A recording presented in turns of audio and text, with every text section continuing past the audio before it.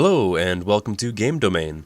Today we're continuing our 95 plus series in which we talk about games that earned a rating of 95 or better, out of 100 of course. Today we're covering Soulcalibur, one of the launch titles for the Sega Dreamcast.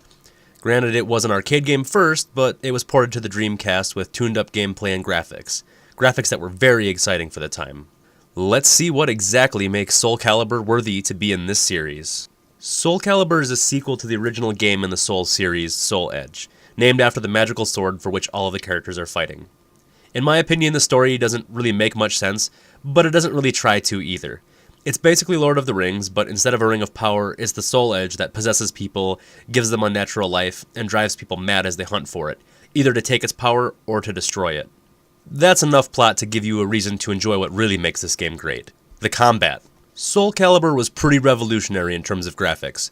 It took an already solid arcade fighting game and amped it up with the Dreamcast's high-powered capabilities. They were able to add higher rendered visuals, including the backgrounds, more detailed characters, better shadows, and even more character animations and moves.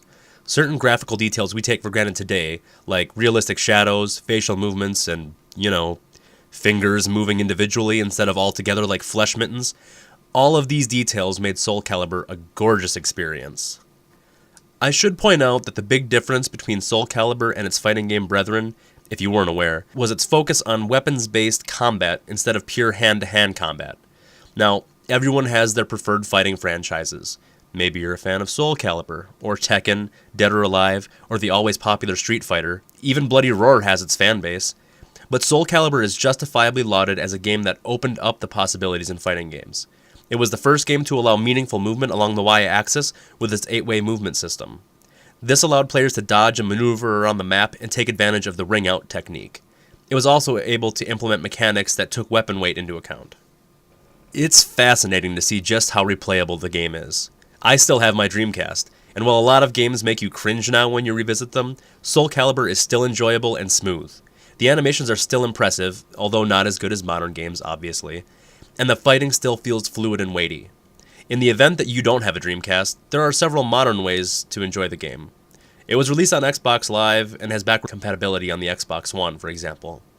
Otherwise, you could always look at the more recent Soulcalibur games, but you should at least try to hunt down the original. For all the technical reasons mentioned already, and for the fun, varied combat itself, Soulcalibur earned its spot in our 95 plus series. The fact that it revolutionized what was graphically possible in fighting games is just icing on the cake. All of its charm is still easily visible, and I can't stress this enough, the gameplay still works. It's not the newest fighting game, but it got so much right that it is still an enjoyable experience. Even if Soulcalibur isn't your favorite fighting franchise, hopefully we can all recognize Namco for the innovations they introduced via their giant sword-based fighting game. That's it for this episode of our 95 plus series. Hopefully you enjoyed this look back at one of the best fighting games available. For more videos like this, check out the Game Domain channel for videos including Metal Gear Solid 5, Halo 2, and Super Mario Galaxy.